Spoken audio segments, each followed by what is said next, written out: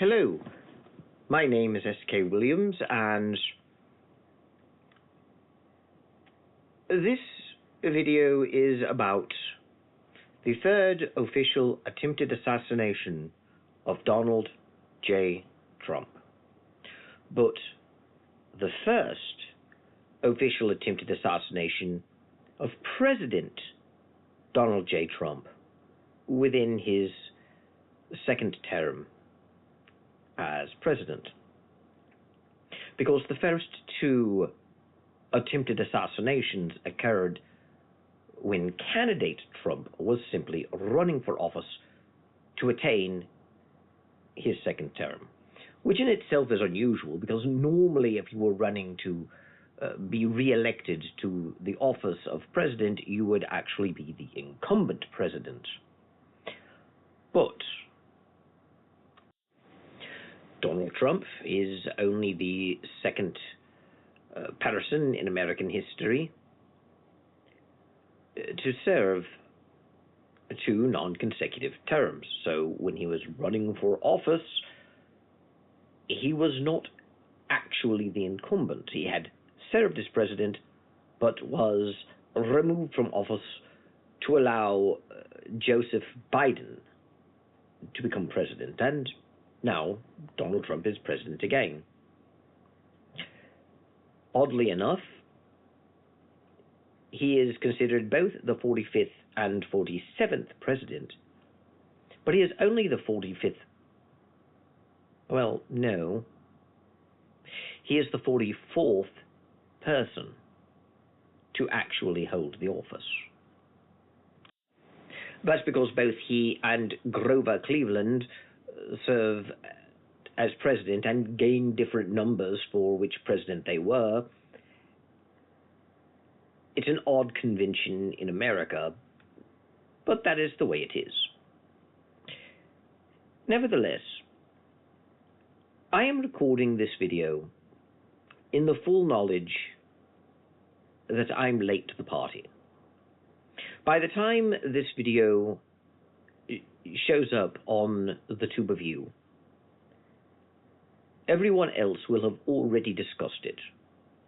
And I already know the basic shape of how that discussion will go.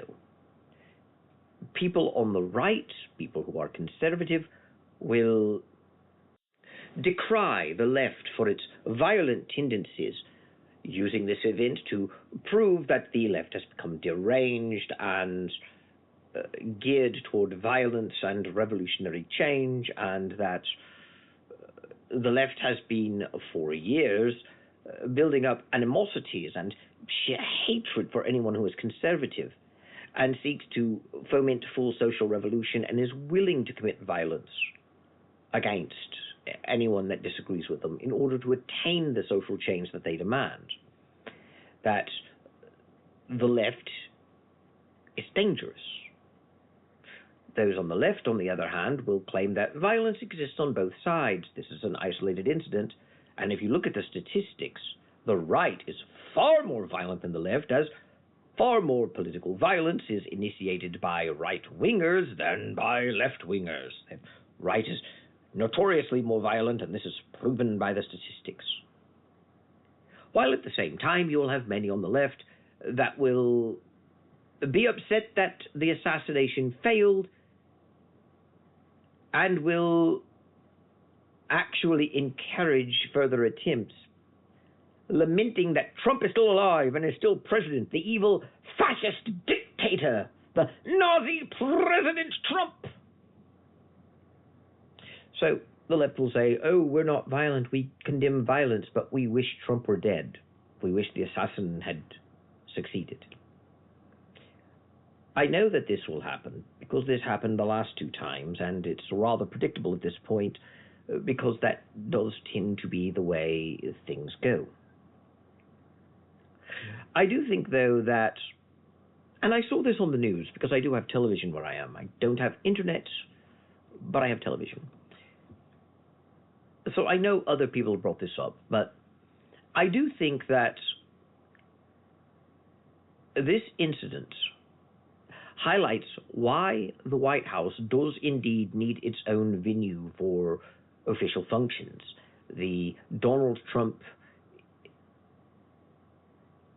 initiated plan to install a ballroom in the White House, a plan that has actually existed since the 18th century. The White House was always intended to have a ballroom, even before it was called the White House, even when it was called the Presidential Manor instead of the White House. It was always intended to have such a ballroom, but regrettably, plans to build such a ballroom have been stalled by the courts. And many, especially on the left, have decried Trump's efforts to install a ballroom.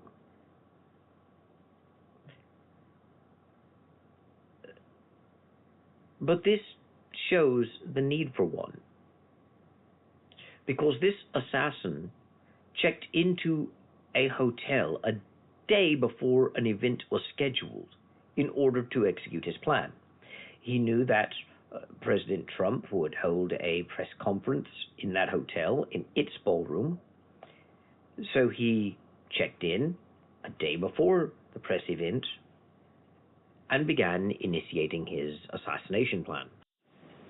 While it is impossible to make anyone, even the President of the United States of America, perfectly safe from all attempted assassinations, had the White House already possessed a ballroom,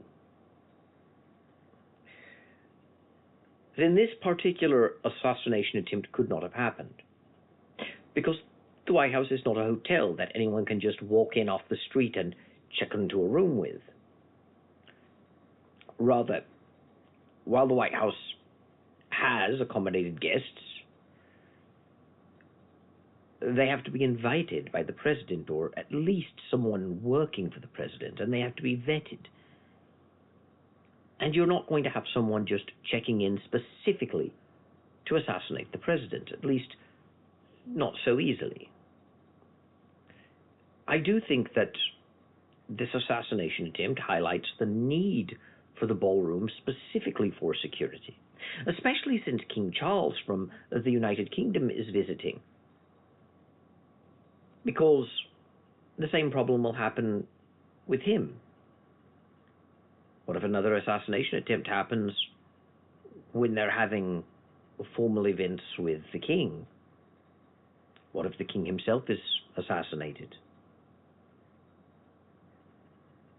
America really does need a dedicated venue for state functions.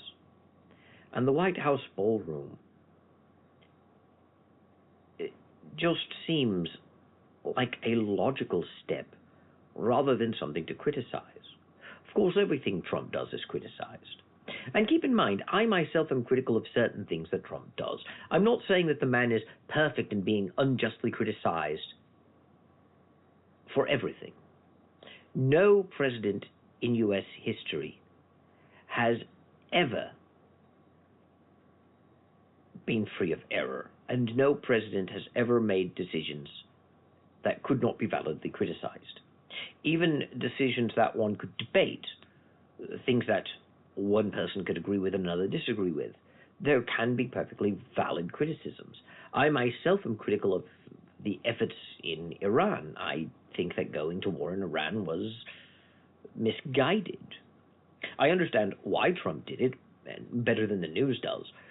Trump is trying to neutralize Russia and China and their attempts to make a multipolar world, and he's doing so by destroying their support networks that they were relying on internationally to build up their power. By taking out Venezuela and Iran, you take out the oil supply for China, and Russia's oil fields are on fire now, so we seem to be destroying their ability to actually break American hegemony and create that multipolar world. We seem to be averting that. And I understand that, but I do think that the Iranian war was mishandled, though for reasons I won't go into in this video. It just goes to show, though, that I'm not what the left would call a MAGA cultist who just worships Trump as the second coming and agrees with everything he says. I'm not even America first. I'm really more right-wing and conservative in my views, but I'm not a flag-waving patriot. I don't actually think the American Revolution was justified. I don't think American principles and Republican forms of government are good. And I'll describe in detail what my thinking is that I base that on in another video as well. But for now, just know that I'm not quietly worshipping Trump. But I do know that the people on the left exaggerate his evil, exaggerate his errors, and often find fault where none exists. Or at the very least, even if what they're criticizing could be validly criticized, they're exaggerating it beyond proportion, and they very clearly distort what Trump does and what the laws are saying. For example, they've criticized the Board of Peace as illegal because it was created without congressional approval. But it's not illegal because it dealt with foreign policy, which is notably in the executive function. There are other things that they've criticized Trump for that are just not valid, like the ruling that one could not prosecute the president for executive decisions that fell within his purview. This has been interpreted by commentators on the left as meaning that nothing the president does could ever be seen as a crime. The president cannot be prosecuted for any action he takes as president. And that's not true. The president can still be prosecuted for actions he takes as president, so long as those actions are a clear violation of the law that limits the powers of the presidency, or if they were simply criminal acts. But you can't prosecute a president for things that fall within the purview of his executive power, which people were trying to do with Trump at the time. So the left has a very distorted view of Donald Trump, and there is a reason people speak of Trump derangement syndrome. We spent years calling Trump a fascist, a Nazi, an authoritarian, a dictator. We've depicted him in left-wing media as a monster, someone who is destroying our freedoms, someone destroying people's lives, someone who's ripped up the Constitution and declared himself king, which to Americans means a dictator, a tyrant. Look at King George III. He was a king and we had no freedoms under him. He was a tyrant who removed all of our rights. So our heroic founding fathers had to fight a war to give us freedom by giving us a republic that Trump has thrown away to give us King Donald Trump, which is why we have the No Kings protests. Of course, this is historically unfortunate because King George III was not really a tyrant, and America's founding fathers were not the just men that we often depict them as. They were politically motivated. King George III was a constitutionally limited monarch, and we didn't really live in tyranny like we said. And the same is true of Trump. We're being rather unfair. He didn't rip up the Constitution and declare himself king. He's not a king. He's the elected president of the United States. He, in fact, won an election not only with a majority of the Electoral College votes, but with a majority of the popular vote. So even the normal way in which the left rationalizes why the right would win an election. Oh, they're not popular with the average American. It's just this archaic electoral college system. We need it abolished so we can have a truly democratic system. Majority of Americans only. The majority should rule. They can't use that reasoning with Trump because the majority elected Trump. Not just the majority in terms of an electoral college, but the majority in general. He won the popular vote. And when things like that happen, when the left's narrative blows up in their face when they are proven wrong on something. And to be fair about what I'm about to say, the right often does the same thing, though to a lesser extent. But with the left, it's particularly pernicious, and that is because their left-wing ideology is their religion. We like to think of the left as more secular, and even people on the left that say, I am religious, tend to say, I separate my religion from my politics. I have a secular politics so that I won't enforce my religion. Unlike the right, who tries to create a theocracy, like in The Handmaid's Tale, or like Saudi Arabia, or what Iran was before the war. Oh, look how terrible theocracy is. I'm secular. The secular left. The truth of the matter is, humanity has always run its society on its religion. And in the modern world, we like to say that we've made an exception, that for the first time in history, we have societies not run on religion. They are secular, non-religious societies. The truth of the matter is, secularism is a religion. Because religion isn't just belief in the supernatural. Religion is the worldview that we have. And the very term worldview exists because people know that people's beliefs shape their actions. But we have convinced ourselves that some people are religious and others aren't, so we had to create the term worldview. Everyone has a worldview, but not everyone has a religion. But there's no real difference between a worldview and a religion. That's what a religion is.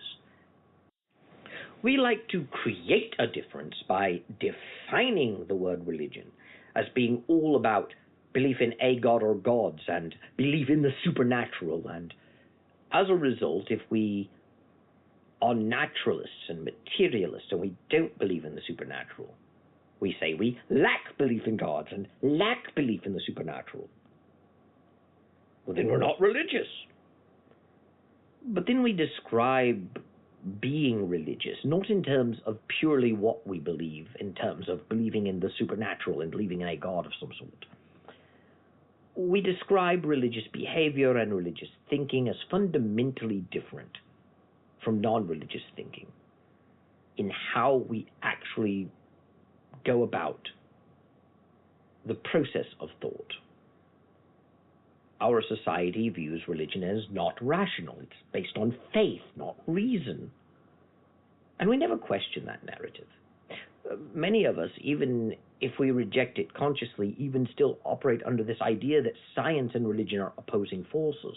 So much so that even when we try and say that they don't oppose each other, we don't simply abandon the conflict thesis entirely. We accept the premise that it's based on, that these are two different things and that they aren't always compatible.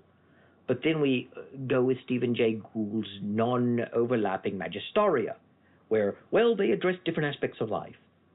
And I find that a rather absurd thing to do. I don't really think that science and religion are a non-overlapping magisteria. I tend to ironically agree with Richard Dawkins that religious beliefs are about the real world. The only difference is Dawkins dismisses them as not true. So did Hitchens, and so does Harris. These are primitive man's barbaric attempts at understanding the world before we had science, according to them. But in reality, religious beliefs emerge naturally. And religion is nothing more than the philosophical views that we hold about the world. And even people we would generally think of as non-philosophical actually engage in philosophy to some degree. Even an idiot will have philosophical and abstract thoughts. They may not be deep, they may not be complex, but they will be to some degree philosophical. And when it comes to the right, even people on the right who say, I am not religious, will often look beyond their politics to some transcendent reality. They won't identify it as God or anything supernatural, but the concept of a transcendent natural order remains with them. But with the left, even people like James Tallarico, the supposed Christian left-winger, the one people like making fun of on the right now for saying things like God is non-binary. Even though he's not an atheist in profession, his perspective is atheistic and materialistic. And that is because the left is based upon material conditions. This is why left-wing politics are the way they are. It's based on neo-Hegelian dialectics. This is why the new atheism was being dishonest when it talked about how it's unfair to call atheists communists or to think of them as the same. The communists didn't kill the name of atheism, they killed the name of communism. Communism has nothing to do with atheism. Atheism is just a lack of belief, and hey, we are going to give us a rational society. The communists weren't actually rational. They were actually followers of religion. They may have called themselves atheists, but they were actually religious. And in our society, if you are religious, you're not an atheist. Atheism is the opposite of religion.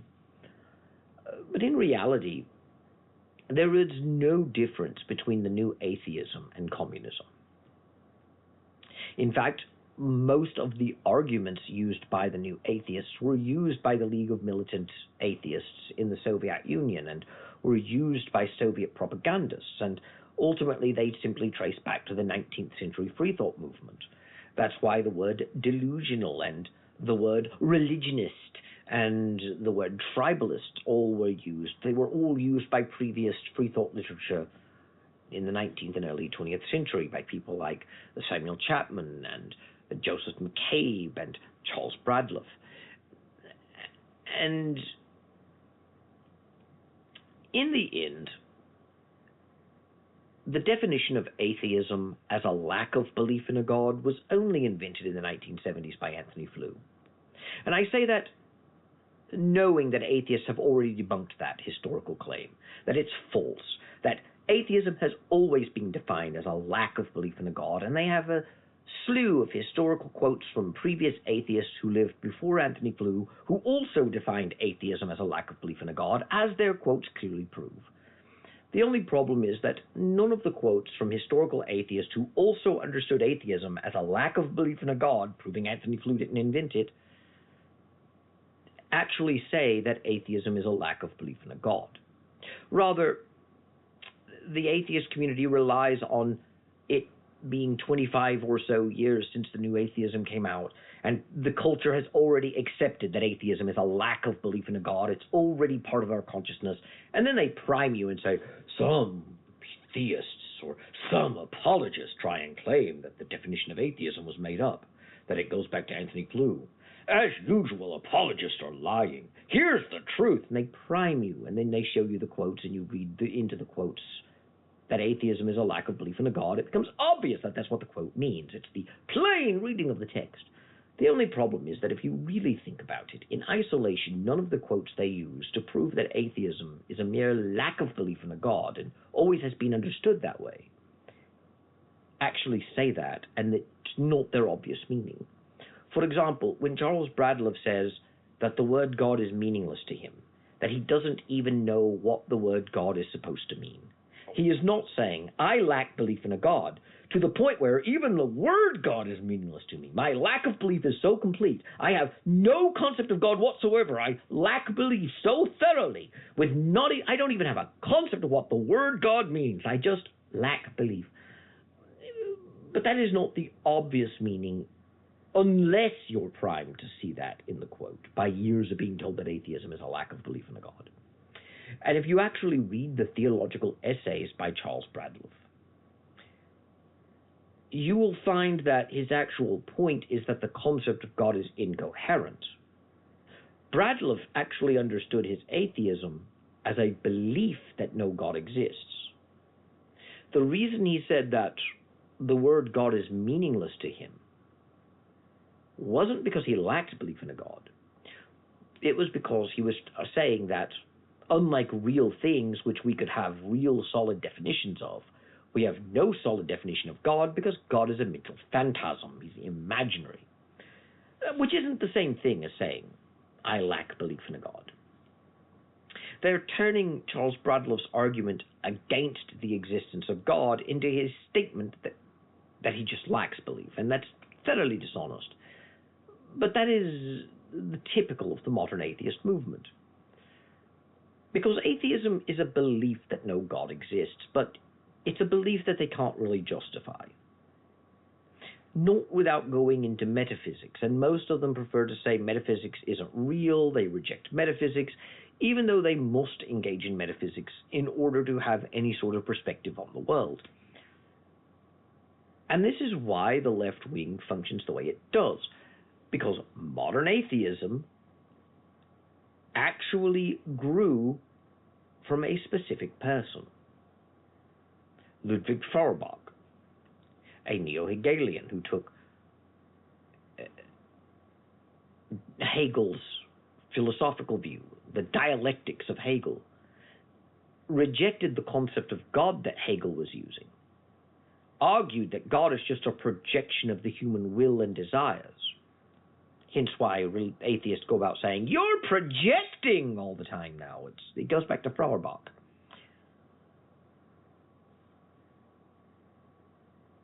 And Feuerbach got his ideas from the Enlightenment, which didn't actually have the modern views that modern atheists do, although they like to say they do. People like Steven Pinker claiming that we need a new Enlightenment, have this idea that the Enlightenment gave us a secular humanist view, although we're supposed to believe secular humanism goes back to ancient Greece and Rome and predates Christianity. It doesn't. It was created in the 19th century as well. The ideas in the modern atheist movement developed from the Enlightenment to some degree, but they really came from the 19th century free thought movement. And that's because the philosophical views that they're grounded in came from Feuerbach and the neo-Hegelians, the dialectic. And the dialectic is where Marxism came from. There would be no Marxism without Feuerbach. Karl Marx got his ideas from Feuerbach. So did Sigmund Freud. That's his theory of the mind came out of the neo-Hegelian dialectic. That's why Freud broke the mind into three parts: the id, the ego, and the superego.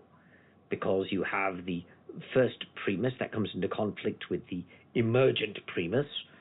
The contradictions between the two cause the psychological strife that we see and are mediated through a third synthesis. That's thesis, antithesis, synthesis, which is a summary of Hegelian dialectics, although Hegel never used that term himself. The neo-Hegelians form the basis for how the modern left functions, because Hegel was massively influential, and the neo-Hegelians became the dominant way of understanding Hegelianism if you're on the left. And the right began rejecting Hegel. So the right does not share the metaphysical commitments of Hegel, and they don't share his dialectics. And the left rejected Hegel's Christian dialectics in favor of a materialist dialectic, so that even people on the left who claim to be Christian, they don't go back to Hegel, they still go back to Feuerbach, and they just apply God to the top of the materialist dialectic that was given to them by Feuerbach. We see things like that historically all the time. For example, during the Protestant Reformation,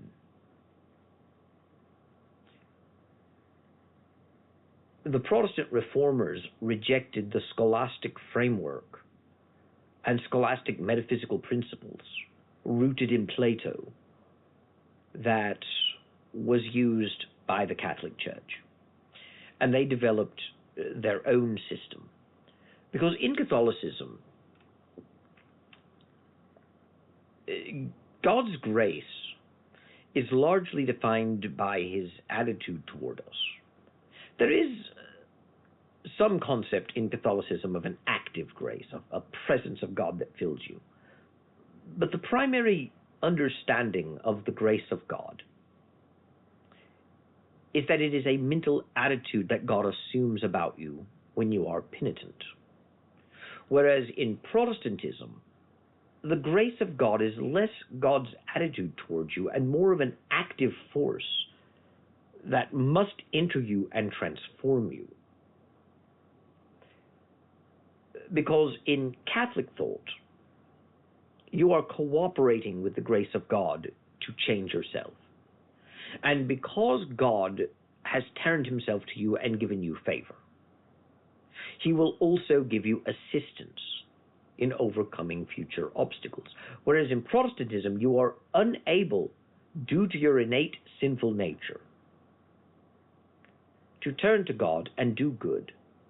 You must have God's active force carrying you, and even conversion is impossible without the grace of God.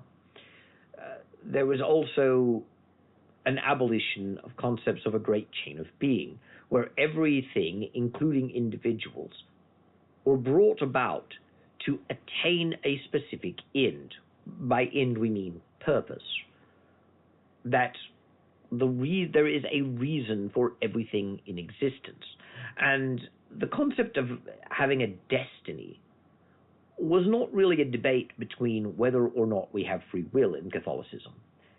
Rather, it was a question of nature. We can still have a free will, but be created and inclined towards certain things by our nature that will inevitably lead us to fulfilling certain roles while still having a choice with how we fulfill those roles. Whereas in Protestantism, the great chain of being was largely abandoned in favor of a fiat accompli creation where things just sort of flow from a predetermined, fixed will of God.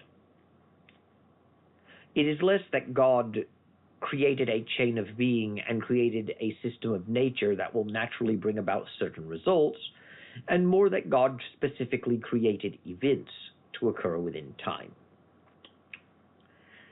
The Protestant metaphysics actually gave rise to the Enlightenment and actually gave rise to the later free thought movement and to the neo-Hegelians. Because Protestantism dispensed with the holistic concept of everything being a flow from God, but also cooperative with God, and rather became about a central force, God, simply creating a world like a clockwork mechanism and removing himself from it, but still having an absolute control over it via the mechanisms he built within it.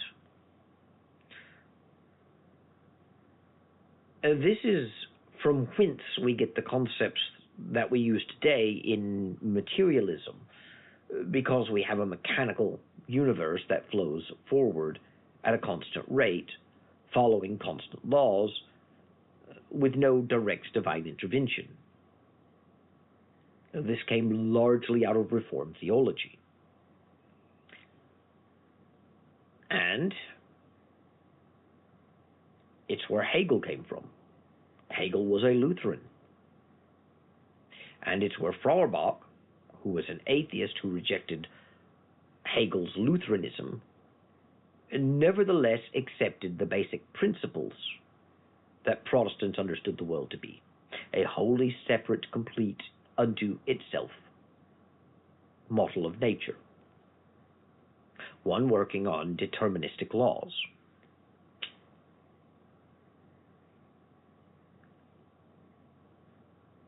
Feuerbach just dispensed with God as creator. To Feuerbach, nature is self-emergent and eternal. God is a projection of the human will and the human psyche. And the reason this is important is because the left functions under the principle of a dialectic. And as much as that sounds vague. It actually permeates how they understand everything from natural order that's independent of human thought, to human behavior interpersonally, to society. They understand that evolution works through competitive processes that are themselves rooted in conflict, and that in order to improve something, you start with the basic system. This system has inherent contradictions.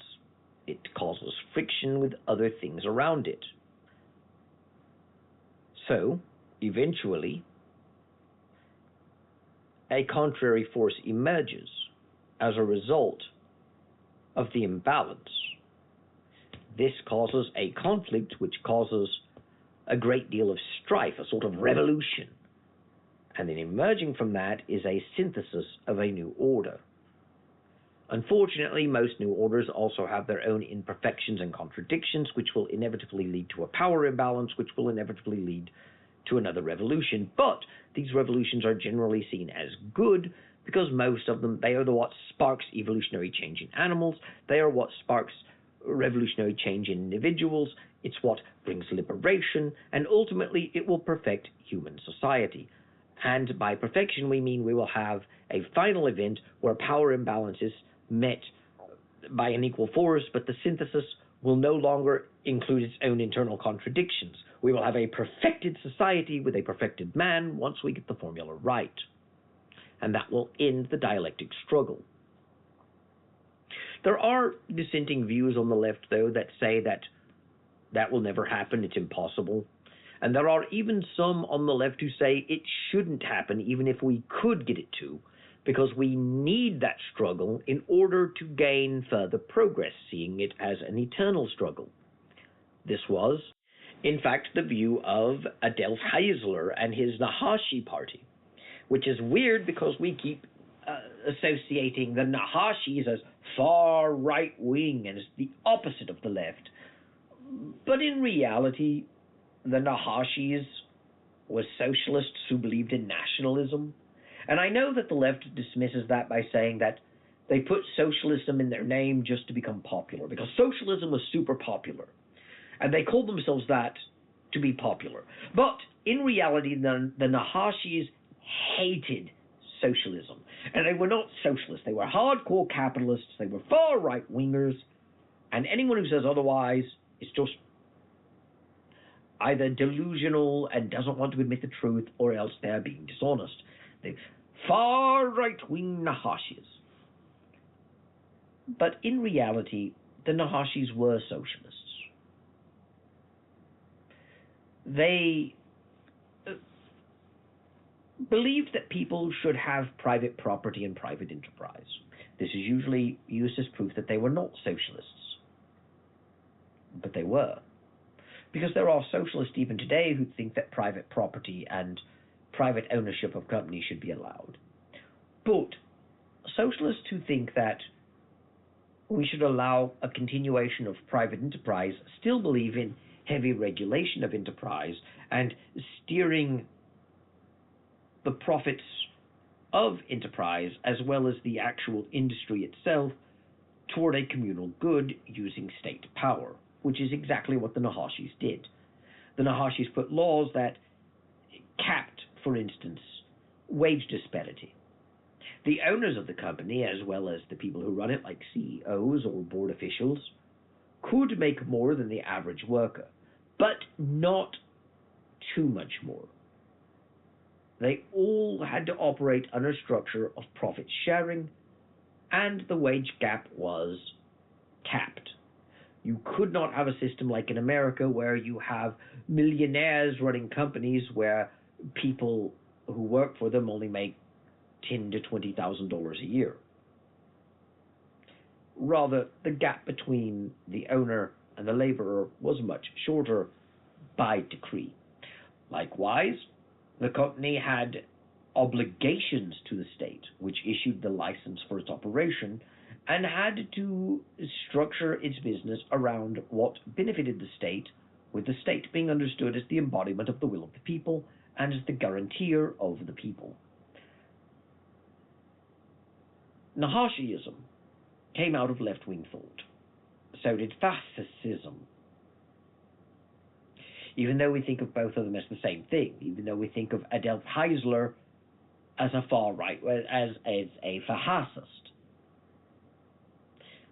Adolf Hitler never called himself a fascist. And he wasn't a fascist. Not really. But he was aligned in agreement with the fascists.